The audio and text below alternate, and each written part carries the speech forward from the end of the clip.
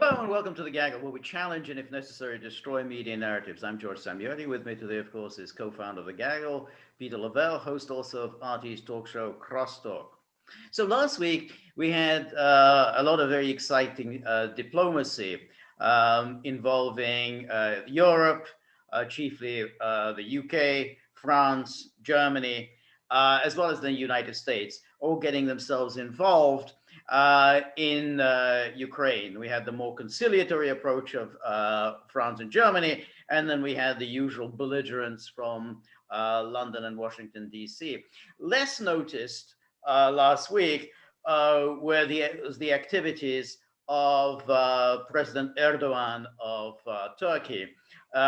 He was visited by two big EU worthies, and as always happens with these events, they wanted to lecture Erdogan about human rights. Erdogan wanted to do his usual bit, threaten to release the refugees in Turkey in order to extract some money from Germany.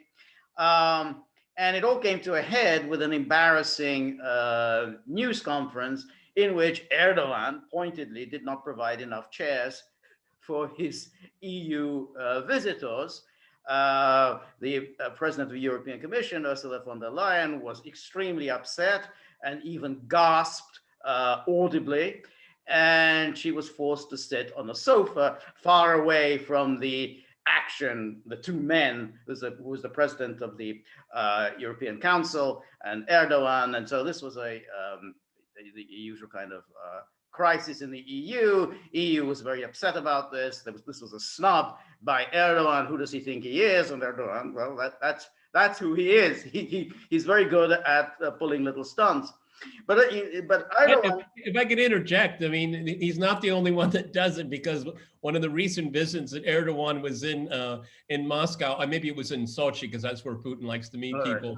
Is that they had a press conference in a hall where they displayed Russian victories over the Ottoman Empire. Okay. Sorry. No, I think that's very good, but because it's a nice segue to the next issue, which was the President Zelensky's visit to Erdogan over the weekend. Now, Zelensky last week had been sort of very agitated. He made a pitch for NATO membership. He was constantly whipping up further that war with Russia could happen at any moment. So he goes off to see Erdogan. Now, the wily Erdogan, prior to this meeting, had a telephone call with Putin. And, they talked about all sorts of things: Syria, Libya, this, that, and the other, the weather. But one thing was that Erdogan tried to elicit from Putin what his position was on Ukraine. And Putin said, as is his wont, that there has to be a settlement in Ukraine based on the Minsk Accords. That's it. That was his always position. He made that clear to Erdogan. It has to be based on the Minsk Accords, and that Ukraine is refusing to do so. So in comes Zelensky, hoping for some support from Erdogan, and they issue a joint statement. And in the joint statement, it's full of it's full of. It says something like, obviously territorial integrity, national sovereignty of Ukraine, and a demand for the deoccupation of the autonomous Republic of Crimea and the city of Sevastopol, as well as the territories in the Donetsk and Lugansk region. And then there's also a lot of hot air about the Crimean Tatars, who are, of course, Turkic people that Erdogan feels responsible for. There's also a mention that for full support, Turkey is giving a full-throated support for Ukraine's NATO membership, and particularly its intention to obtain a membership action plan in the near future. oh, great. And plus, Erdogan, plus Zelensky was telling him, well, we got all these great privatization plans in Ukraine, and Turkish investors are very welcome to come in and buy up all this privatized property. But there's a nice little point here, point number 9 in this joint declaration by Zelensky and Erdogan. This is, both states support the peaceful settlement of the situation in certain districts of the Donetsk and Lugansk regions of Ukraine through dialogue based on the Minsk agreements, and work with the OSCE monitoring mission. So Erdogan antagonizes Putin by having Zelensky there, by making all this talk about you gotta get out of Crimea, gotta get out of Donetsk and Lugansk, gotta have Ukraine in NATO, and then he just slips in, but the settlement has to be on the Minsk Accords. So this is classic Erdogan. He sort of annoys, antagonizes, but then craftily he pulls back from the brink, and Zelensky again comes away empty-handed. Right. Peter, what's your take? Yeah,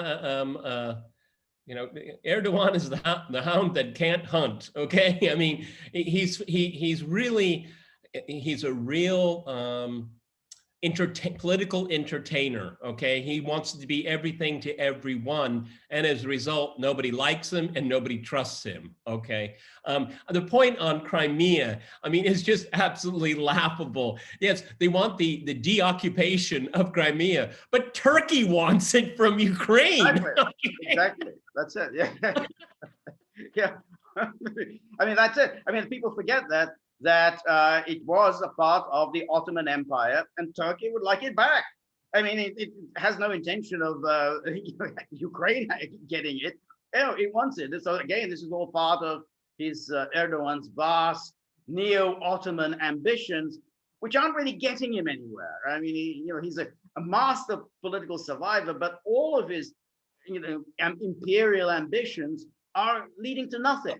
The interesting thing is that you're absolutely right. It hasn't really led to much at all, but it has proven that he can be the perennial troublemaker. Right. Now he's proven that over and over and over again. And like I said, I mean, he doesn't endear himself to anyone at all. Okay. No. So, I mean, Zelensky, I mean, that's called, visiting Erdogan is like sloppy seconds. Okay. I mean, at least somebody is going to listen to him. I mean, also quite laughable is that, talking about Ukraine's NATO ambitions, well, there's a whole cottage industry in Washington that would like to get rid of Turkey from NATO. So, I mean, it's kind of interesting is that, Erdogan is putting out the welcome mat, and right behind him, he's getting the bum shove. Okay. So, I mean, it's circus on so many different levels. And okay, I will not make any claim of knowing much about Turkey-Ukraine trade. I have to look into it. But as Ukraine remains amazingly politically unstable and with the prospect of war, who's going to want to drop 1 lira, dime, ruble, or a euro into Ukraine? No one, okay? So that is kind of laughable. Also, they talked about pipelines, gas pipelines, which again is a pipe dream, because there's not enough gas in the fields that they're talking about to make it a worthwhile business adventure. So again, I mean, these are these talking heads in think tanks in Washington trying to outwit the Russians have won this round at least. Nord Stream is still up in the air, unfortunately. But at the end of the day, and when it gets down to dollar to investment to return, these pipelines are ridiculous pipe dreams that are come up with people that don't know anything about oil and gas. Again, the professional managerial class and the McKinsey types are out there screwing things up, talking about things that they have no idea what they're talking about. Right, no, that's good. No, yeah, go ahead, jump in. No, I think that's exactly right. They think, oh, nice, we'll get around the Nord Stream 2 pipeline thing. But of course, they also forget that there is the Turkish Stream pipeline that links Russia and Turkey, which is a going concern. Erdogan seems to believe that the best way forward is to antagonize everybody. So he antagonizes he snubs the Europeans in a way that he was calculated to offend the Europeans. You know, they're sticklers for protocol. So that whole thing with the not enough chairs was something that was, Erdogan knew that this would upset the Europeans, that they were treated with disrespect. You don't just forget not to put out enough chairs. So he does this all the time, and then he gets himself into a fight with France in the Eastern Mediterranean. He gets himself into a fight with France over Libya, fight with Russia also over Libya. Then he gets into a fight with the Americans over the anti-ballistic missile defense, the S-400 systems. Then gets into a fight with the Americans over the Kurds. And here he is, his great friend Putin. They're always my good friend Putin. Meanwhile, he's trying to antagonize him in the Caucasus, again, Syria. So it's a bizarre phenomenon. I mean, I've never come across a political leader like this. There's no one quite like the man. He's very busy. Okay, I mean, the way one could look at it is that Erdogan, with all the issues just mentioned, he's like a clown with balls in the air, and they just keep going around and around until we'll see if any of them drop. Okay, I mean, but there's actually a real kernel of truth in that. Is that what he does is he looks for a segue in, looking for an opportunity, and in the meantime he keeps mixing it up, keeping it in motion until he thinks has found a three-dimensional way to grab a piece. Okay, it very rarely works, and if it does, it's usually serendipity. Okay, so I mean, this is a grand strategy that is, it's small time. Okay, this is nothing really impressive. The issue also is that I always find it really amazing is that he'll bluster a lot, but when Putin says come to Sochi, he's there. He's there. Right. Well, that's it, because he always knows that if he does get into a shooting war with Russia, he's on his own, and there's no comparison between in the military power of Russia and Turkey, and so Turkey will lose. And so he kind of, he remembered what happened in 2015 when he shot down intentionally a Russian aircraft. He goes to NATO. Hey, what about Article 5? Are you coming to support me? Well, let's do lunch sometime. So he has to then quickly, go back to Putin with his tail between his legs. Give an abject apology, pay any amount of compensation, and then we're back to we're good friends, my good friend Vladimir. Yeah, let's do lunch sometime, but bring your own chair. Yeah, exactly. No, I'm very curious. I mean, maybe one day historians will tell us about the Putin-Erdogan relationship, because it's very, very odd. But Erdogan, at the end of the day, does back down. I mean, he knows when he's gone too far. He actually knows how. It's really quite interesting. It's like a Netanyahu. I mean, he likes to divide and conquer American politicians, get involved in American domestic politics. But when Putin says, "Bibi, come and see me," boom. Putin doesn't go there. They go see him. Yes.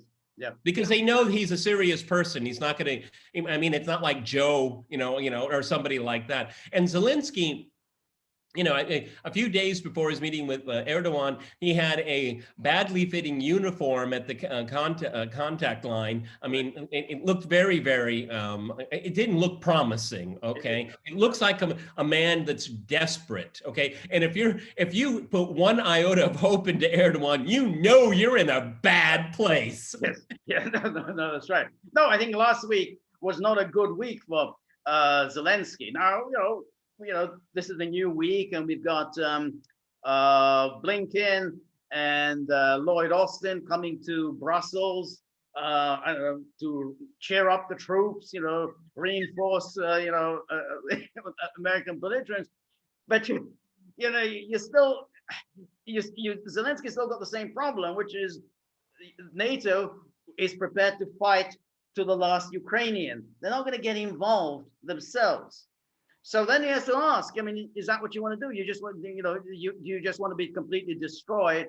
Because America's not going to get into a war on your behalf. Let's just and Blinken, I have a question for you. What is the value of real estate in Odessa?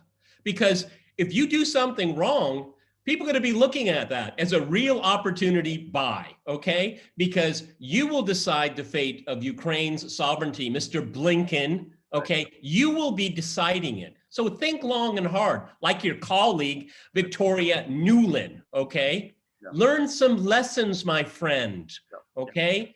There's I don't know if you're a big reader, but there's a lot of videos that you could watch. You could watch us, okay? We can help you get through this. A problem of your own making. Are you going to fix it or compound it? Right. Because if you want to keep playing with, look at it. You've been playing with Ukraine's sovereignty since 2014. How's that going? Right. Yeah, no, that's right. And so again, we got all this reckless talk from the Americans, reckless talk from the British. But, ultimately, it really is just simply recklessness. Because if you're not going to do anything yourself, then, just simply shaking your fist is a completely pointless endeavor, and, might lead to Ukrainians making a disastrous decision. So and at least, and you have to give it to Erdogan. Erdogan was shrewd enough to having give all this, yeah, Crimea is yours, Donetsk and Lugansk are yours, NATO is yours, everything's yours. But everything must be done in accordance with the Minsk Accords, okay? But the interesting thing is that you can see, again, this is Erdogan hedging his bets.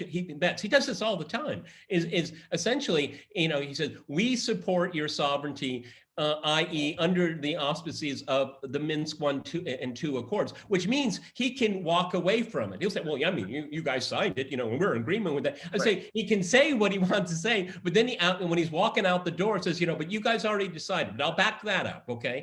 Again, this shows a lack of commitment. It's all bluster, and basically saying that, keep your Crimea in good shape for me, okay? Patting him on the back and when I'm going out looking for his chair.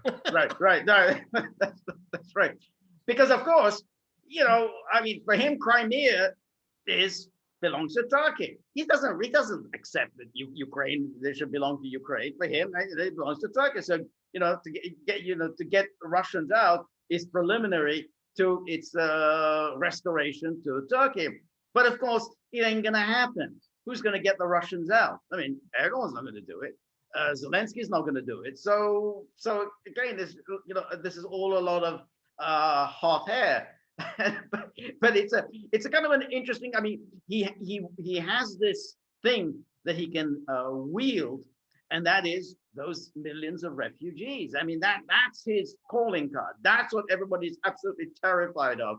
That he's just simply going to open the floodgates, and then God knows what's going to happen in Europe. I mean, everyone remembers all the crises that stemmed from the 2015 refugee debacle. So that's his calling card, and that's why everyone will continue to put up with Erdogan's nonsense. Yeah, and I don't see. I mean, from what I could tell from the readout and what media reports are, I mean, Turkey's not going to send one soldier to Ukraine. I mean, not one. Okay. Though it's always that attaboy, go get him. We got your back. We got your back. And it's like Zelensky's going towards the line of contact, and it's like his friends have bayonets to his back. Okay. Attaboy, keep going. Okay. Yeah. I mean, but it's very, very serious here. There are media reports that the British special units, training units, that part of these exercises. Look, if something goes wrong, somebody in Kiev wants an intentional provocation, and then you have British troops on the line of contact in a conflict, then it gets a lot more complicated. No, absolutely right. And let's keep in mind that whatever happens in Ukraine, the media interpretation is already set. I mean, it's there, boom, the stories are ready to go. This is Russian aggression. So no one's going to pay any attention to the fact that, hey, this was entirely started by Ukraine. It was, and this they are the ones who violated the ceasefire. They're the ones who launched an offensive. Russia was reacting. It just doesn't matter because the media already said, no, it's all Russian aggression, because everything is about Russian aggression. I mean, there was the interview yesterday with Anthony Blinken. He was on Meet the Press. And it was, what are you going to do about Russian aggression? How are you going to deal with Putin? And that's already, it's all there. It's everything is Russian aggression. And I think as we discussed the other day, Georgia, it doesn't matter how many reports there are about what actually happened. There's an EU report. The EU said it was Georgian aggression that launched in 2008. Yeah, 2 reports. And it doesn't matter, as when you read the stories in the media. Oh no, it was Russian aggression against Georgia in 2008. So that's it. So the stories are already ready to go. That's why it's very dangerous, as you say, because whichever it already the media are going to present it as Russian aggression, and that therefore NATO has to react. NATO has to go into operation against Russian aggression. Let's make it clear to our viewers here, and I hope our viewers tell other people. What is this conflict about? It's an intra-Ukraine conflict. When there was the illegal overthrow of the democratic elected government in the spring of 2014, well-known hardline nationalists, some people called them fascists, were among those that came to power in Kiev. The people in Donetsk and Lugansk and in Crimea, they voted for the guy that was illegally thrown out, Yanukovych. Yep. Okay, one of the first things they talked about was Russification of the country. Well, when you're in the East and in the South, you say, nah, we're not part of that. I thought we'd resolved that issue. We speak our language here. We have our faith here. We have our historical renditions. You have yours. And we live in peaceful coexistence. And that was peaceful. Okay. Then the demand, no, you must follow our edicts coming from Kiev. They said, Paka, that's Russian for so long. Crimea went even further and say, we're out of here. We shouldn't have been here in the first place, okay? We were the result of a whim of a Soviet leader in the 1950s, okay? We're out of here, okay? We're gone. So they had a referendum. Fine. Now, let's look at what we call the 2 republics in the East, the Donbass here. Because of the blockade of food, energy, even a movement of people, I mean, it's blockaded, okay? What many people in the Donbass have done, and promoted by Moscow, is if the Kiev doesn't want you, okay, fine. We'll give you passports, Russian passports. Now these are Russian citizens. I don't know the percentage of people in the Donbass that have a Russian passport, but a significant number do. They are citizens, ergo, of the Russian Federation. And it cuts both ways for Russia because now that becomes a security threat, but also that they have to keep their commitment to protect their citizens. Okay, so what was an intra-Ukraine conflict has been internationalized. And so, the Minsk agreements are there. If they were implemented, it would have put an end to this conflict. Politicians in Kiev wouldn't like it, but we wouldn't have war. Right. No, that's right. I mean, what Ukraine has been trying to do is to persuade the world that this is a conflict involving Russia and Ukraine. That's what it's about. It's Russia and Ukraine. Ukraine is the victim of Russian aggression.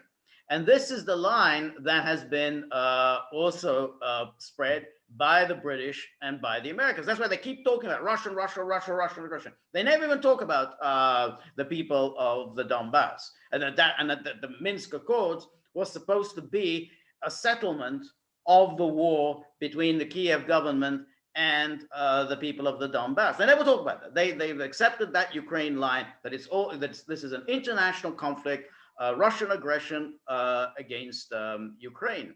So this is why this is really rather dangerous, because if you keep talking like this, and if the people in Kiev continue to believe that, hey, we're the victims of Russian aggression and we have to resist, and the media, particularly the British and the American media keep talking about Russian aggression. What are we going to do about Russian aggression in Ukraine? We're all in danger. There was an article in the Times today by Edward Lucas saying, "Oh, well, all these German and French wimps, the Euro wimps, they're not doing anything about Russian aggression." So that's where things can get very dangerous. And this is why Zelensky's ridiculous posturing is actually doing such bad things for his country, because if he gets into this war, he's going to lose this war, and the Americans aren't going to do anything for him, the British aren't going to do anything for him, and it will be just a catastrophe.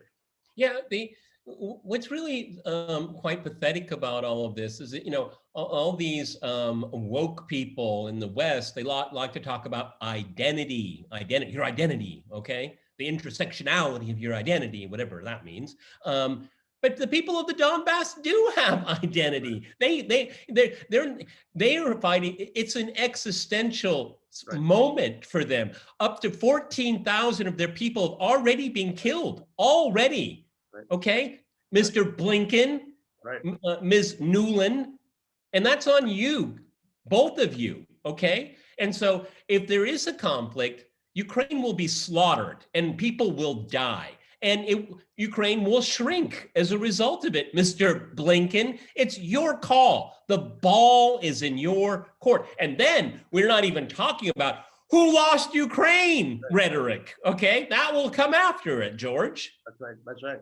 But that's the dangerous game that the Americans playing. I mean, Blinken and Lloyd Austin, they're coming to Brussels for what purpose? What are they going to do? I mean, you can easily come along and just simply say very clearly, Minsk Accords, settlement on the basis of that, de-escalation on all sides, a resumption of negotiations. That would be very simple. They're refusing to do so. Instead, they're just ratcheting up the rhetoric and talking Russian aggression. Ukraine is being victimized by the Russians, we have to deal. NATO has to address the Russian aggression problem. Well, that's where these bad things can happen. The sad thing about this here is that Nikolai Petro, a professor of international relations at Rhode Island University, came out with a very interesting piece recently, is that a significant number, I want to be careful with my words here, a significant number of the inhabitants of the Donbass see themselves as Ukrainian citizens. They happen to be ethnic Russians. See, again, you're not looking at the minutiae of what people are thinking there, okay? They want to stay in Ukraine, this group of people, but they want to be able to speak their language, worship in the church of their choice. And for those that don't know, one of the most contentious calendar days in Ukraine and in the Donbass is May 9th. Victory Day over fascism in Europe. Now, the people in the East, they take Russia's rendition, but because of this Galician ethnic nationalism, which is very toxic, and it's very exclusionary, they say, no, that was the beginning of our occupation, okay? And not by the Soviet Union, by Russia, okay? And so what they need to do, and Nikolai Petro is very smart about this, is that you have to start talking about what you can agree on, and you're going to have to work at it. It's not going to be very easy, but there is an alternative: more death. Right. Well, I think that's a problem. I mean, I think it's that Ukrainian nationalism has kind of established itself as against something. It's not really rather for anything. It's not. But most nationalisms in East, but unfortunately. Yeah, whom do we hate? And so it became this, whom we hate the Russians. And that is really why those people in the east of Ukraine feel so alienated from the west of Ukraine, because they're not interested in being anti-Russian. They have no interest in this kind of Ukrainian nationalism. And so that's why this Ukrainian nationalism, I mean, there's nothing wrong with nationalism, except when it becomes essentially defines itself by hatred of somebody else. And unfortunately, that was the case with Ukrainian nationalism. To a certain extent, that's true also of Croatian nationalism in Yugoslavia. That's a different story, but also kind of defined itself by hatred of the Serbs. And that's a really very, very bad and very dangerous. I think it's established and essentially agreed to is that ethno-nationalism can be extremely dangerous. Okay, and this is what this Galician variant is all about. It's about blood and not just about ideas and identity, which is kind of a dumb thing to do because essentially they're all the same people ethnically. Okay. Right. And that's why, I've said many times, and I think it's very good, is that, the Kiev regime is promoting a form of nationalism when there is no nation, okay? Right. Well, and so what they're trying to do is build one, and they're trying to build one through coercion, which doesn't work, particularly when the subject people of that coercion have an option and say, I opt out, I don't want to be part of this. But again, and that's a very interesting issue because, of course, as we were discussing the other day, given the history of Ukraine, given that it was cobbled together with bits and pieces, parts of it had been Poland, parts of it had been Austria, parts of it in Romania, parts of it had been Hungary, parts of it had been Russia. These very different people were cobbled together. The only way you can keep it together is through a federal system. And yet again, Kiev has refused this and has been encouraged, very, very explicitly encouraged, don't go down this path of federalism. Well, how is that any kind of responsible leadership? But that's what the Americans, the Westerners have been absolutely saying, no, federalism, absolutely terrible. That plays into the Russians' hands. Well, how else are you going to keep this country together? You're not going to keep it together by centralism, and particularly by a very narrow group of people whose view of the world is not shared by many other Ukrainians. Well, and the status quo is untenable. I mean, I remember it from the very, very beginning when Poroshenko took over the coup regime, and I said over and over again on Crosstalk, because you can't modernize a nation through a narrow nationalism, because it doesn't fix the economy. It doesn't create investment opportunities. It's exclusionary. People will not want to participate. It's a dead end path. It really is. And particularly, I mean, we could look at, nationalism in Western Europe, like the creation of the French state, French nationalism, the creation of the Italian state, and that's fine. But those were very local identities, and they tried to create a super national identity, and because in those cases, it was maybe to your city state. The Italian, the unification of Italy is a fascinating story. But in the case of Ukraine, is that there are very strong, long-standing other identities out there, right. And so it's you trying this process now is very, very difficult. And when you add coercion to it, then it falls on its face. Because people will just say, I'm not part of this, okay? As a matter of fact, I want to leave this place. I live here, and I don't want to be part of your project. And so the Blinkens and the Newlands, they don't care about this. They don't understand this, okay? Because what they want is they want to go deeper to Russia's border. They don't care about identity. That's immaterial for these people here. They want control of the Black Sea. They want Crimea, okay? And they're not doing it for the good of the goodness of the Ukrainian people. Believe me. No. That is exactly right. So, and that's their goal, to get Ukraine into NATO, because then basically Russia's just locked out. Russia is just surrounded everywhere by NATO, and Russians know this. That's why for Moscow, Ukraine is a red line. I mean, they feel this is an existential matter, because they know exactly what people like Newland are doing. They, as you say, they're not interested in Ukraine. They just want to get this essentially this spear directed at Russia. They want it in NATO, and that's been their goal all along, ever since the dissolution of the Soviet Union. And it's a very dangerous game to play.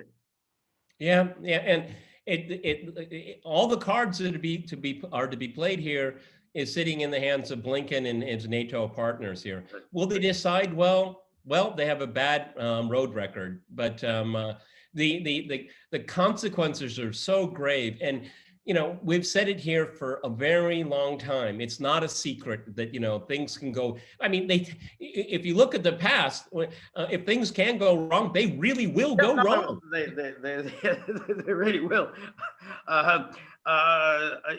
Unless you have a clear idea of what it is that you're doing. When you don't have a clear idea, you just, you're just trying to make trouble. You hope that somehow, if it all explodes, it's going to redound to your benefit. That's where things go really haywire.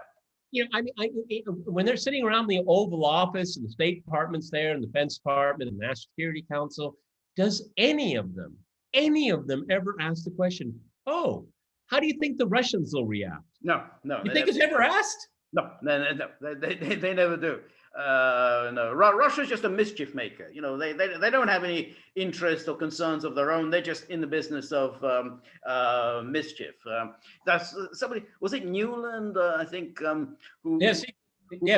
Who wrote something like, well, why are the Russians getting so upset about NATO expansion? And NATO has repeatedly said it has no aggressive intentions. They should just accept. That's Yugoslavia. Yeah, take our word for it. Okay, fine. Because that's what states do. They always tell the truth. We have no aggressive intent. Oh, good enough for me. Yes, but see, there's a flawed logic there, because I've discussed this with NATO officials for 20 years. We're just projecting stability. We're just projecting, but I said that's fine. But what if a country feels that you're projecting? I mean, you are a military alliance. Right. I mean, why should any country that fears a military alliance's expansion to your border? Why can you give me one reason why they would trust you for 1 second? That's the whole point. I mean, they talk about NATO as if it's some little club, they kind of, where you go, on a Saturday afternoon to play golf, fish a little bit, take a boat out. I mean, it's a military alliance. Yeah, it's a military alliance right up against your border. And it's not a benevolent military alliance. We've seen too many examples that these are not benevolent powers. Of course, no great power is a benevolent power. So why on earth would they just simply say, oh, well, they've given us their assurances. They have no aggressive intent. Well, that's good enough. Yeah, but Gorbachev was promised that. Right. And much to his stupidity, he said it. We don't need it in writing. What's this among friends? That's why he lost power, because he was a buffoon, okay? A total buffoon. I mean, he was a leader of a massive organization called the Communist Party of the Soviet Union. He was a leader of the Soviet Union, and then he ended up in the janitor's office in the corner of the Kremlin. That's how he ended up, okay? Great leadership, okay? And he destroyed his country in the process, and this country went into a massive depression for 10 years during the 1990s, while the West tried to cut the carcass of of Russia's broken empire. Okay, right. And you want to trust NATO now? Okay, well, yeah, right. Okay, I mean, get your own chair. Get your own chair. Yeah, it's complete buffoonery, because of course anyone could have told him, well, what do you think NATO is going to do? What do you think they're going to do when you, just simply on a whim let this great power go? When you on a whim just let the Warsaw Pact go? I mean, yeah, of course they're gonna grab everything they can get. I mean, you imagine telling that to any of the Soviet leaders of the past. Well, I kind of thought that they were telling me the truth. I mean, I talked to Helmut. It was a fire sale. Yeah, Helmut Kohl assured me that everything would be great, and Genscher assured me everything would be great, and then George H.W. Bush, he said everything would be great. So, I mean, I took their word for it. Can you imagine saying that to Gromyko, Molotov? I mean, yeah, and Bill Clinton, it was got to be backslapping Yeltsin in his drunken stupor. Yes. All right, Peter. States have interests. States don't have friends. That's right. Period. Yeah, exactly. All right, Peter. We will be maintaining our laser-like focus on Ukraine, of course, this week. It looks like another big week. And we are now. And always remember, bring your own chair. bring your own chair, and bring your own bottled water. But that's a different story. We're on Rumble. Look us up on Rumble. And if you like the gaggle, please like, share, and subscribe. See you soon. Bye.